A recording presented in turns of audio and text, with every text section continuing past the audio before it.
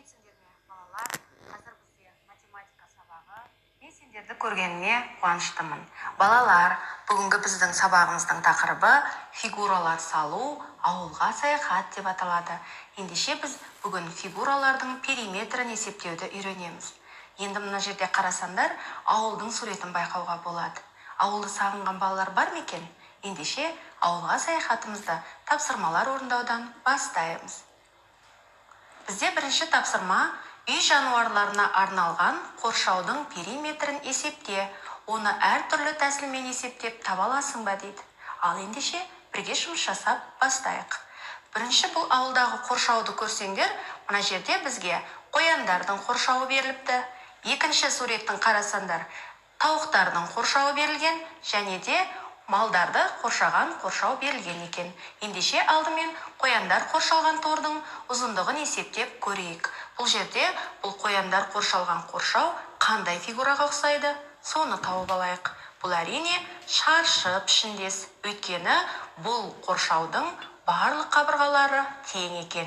Ендеше осы шаршы пішіндес қояндардың қоршауының периметрін есептеп көрейік.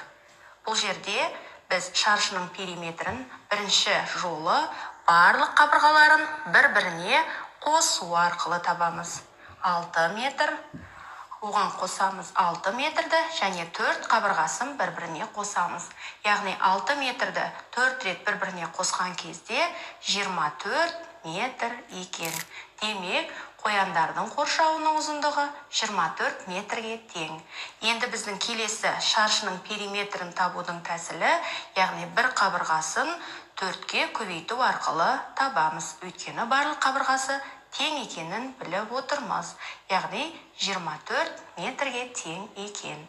Енді осы суретке қарай отырып, келесі тордың периметрін есептеп көрейік. Бұл қандай фигураға ұқсайды? Әрине, тік төртбұрышқа. Өйткені қарама-қарсы жатқан қабырғалары тең, және де бұл жерде 4 қабырғасы барын көріп отырсыңдар.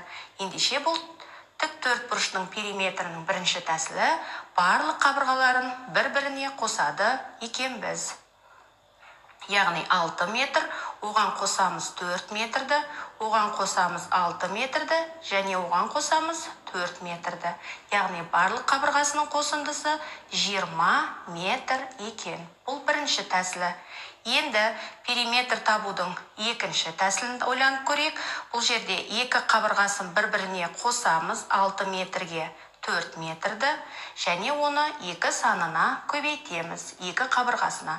Енді 6-ға 4-ті қоссақ 10 метр, 10 метрді 2-ге көбейтсек 20 метр екенін сендер біліп отырсыңдар. Бұл екінші тәсілі. Енді бізде тік төртбұрыштың үшінші тәсілі бар. Яғни 6 метрді көбейтеміз 2-ге, және оған қосамыз 4 метрді көбейтеміз 2-ге. Яғни 6-ны 2-ге көбейтетін болсақ 12 метр, 12 метрге 4 пен 2-ның қосындысы 8 метр, сонда болады 20 метр екен. Мінеки біз тік төртбұрыш пішіндес қоршаудың да периметрін таптық. Енді сендерде суретте көп бұрыш берілген. Бұл көп бұрыштың қабырғаларының ұзындығын өз беттеріңше есептеп көріңдер. Әрине бұл жерде бірінші қабырғаларынан санап аламыз, қанша қабырғасы екенін, және де олардың барлықтарының ұзындығы бірдей екенін көріп отырсыңдар. Ендеше бұл жерде барлық қабырғаларын бір-біріне қосады екенбіз. Ендеше балалар, келесі тапсырмаға көңіл аударайық. Бұл жерде бізге тік төртбұрыштың периметрін есепте. Периметрі қалай өзгереді? Неге өзгеретінін ойланып көріңдер дейді. Яғни бұл жерде бірінші тік төртбұрыштың ұзындығы 5 сантиметр, ені 3 сантиметр. Демек біз периметрін тауып алу үшін бір тәсілін жазып көрейік. Яғни 5 сантиметрге 3 сантиметрді қосып, оны 2-ге көбейтейік. Яғни 5-ке 3-ті қоссақ 8 сантиметр, 8 сантиметрді 2-ге көбейтсек 16 сантиметр екен. Демек, бірінші тік төртбұрышымыздың периметрі 16 сантиметрге тең. Енді келесі тік төртбұрыштың ені, бірінші тік төртбұрыштың енінен 2 сантиметр кем дейді. Ендеше 3 сантиметрден 2 сантиметр кем болса, оның ені нешеге тең деген сөз? 1 сантиметр деген сөз. Ендеше периметрін тағы да осы жолмен шығарып көрейік. 5 сантиметрге екінші қабырғасы 1 сантиметрді қосып, оны 2-ге көбейтіп алайық. 5-ке 1-ді қоссақ 6 сантиметр, 6 сантиметрді 2-ге көбейтсек, 12 сантиметр болып шықты. Енді келесі тіктөртбұрыштың еніне көңіл аударайық. Бұл жаңағы бірінші берілген тіктөртбұрыштан 1 сантиметр кем дейді. Енді ойланып көрейікші. 3 сантиметрден 1 сантиметр кем болса, нешеге тең болады? Әрине, 2 сантиметрге тең болады. Қанекей біз периметрін тауып көрейік. Яғни 5 сантиметрді қосамыз 2 сантиметрге, оны 2-ге көбейтеміз. 5-ке 2-ні қоссақ 7 сантиметр, 7 сантиметрді 2-ге көбейтсек, 14 сантиметр. Мінекей біз 3 тіктөртбұрыштың да периметрлерін есептеп тауып алдық. Енді периметрлері қалай өзгерді? Соған көңіл аударыңдар дейді. Бірінші тіктөртбұрыштың периметрі 16 сантиметр болған, екінші тіктөртбұрыштың периметрі 12 сантиметр болды. Бұл неге өзгерді? Өйткені балалар көңіл аударсаңдар, бұл жерде периметрін біз 2 сантиметрге кеміттік. Яғни қабырғасы 1 сантиметр болды. Енді келесі тіктөртбұрышқа қарасаңдар, бұның периметрі 14 сантиметр болды. Өйткені бұның ені 1 сантиметрге кеміді. Яғни ені 2 сантиметрге тең болды. Сондықтан да бұлардың периметрі бізде әртүрлі болғаны сондықтан екен.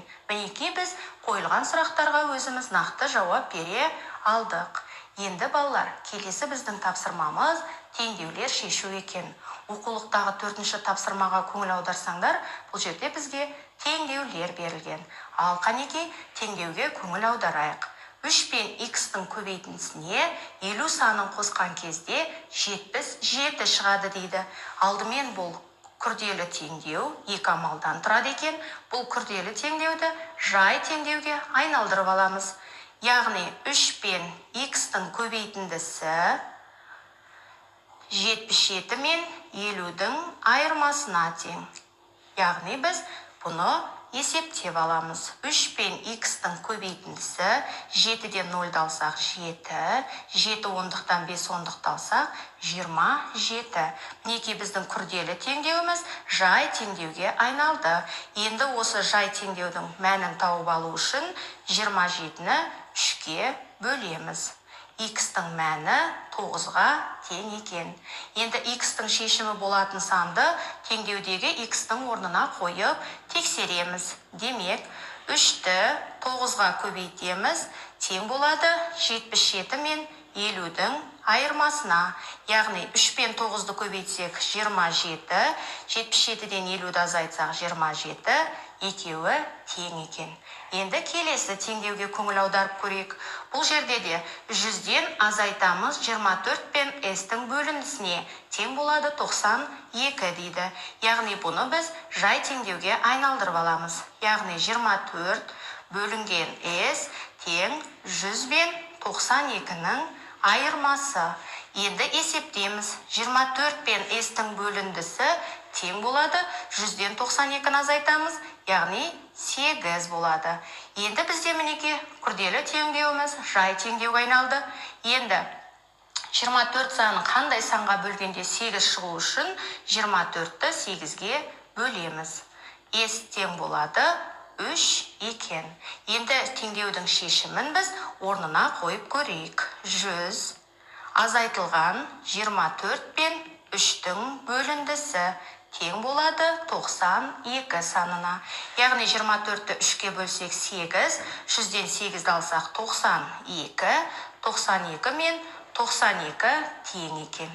Мінекей балалар, теңдеудің де біз шешімдерін тауып қойдық.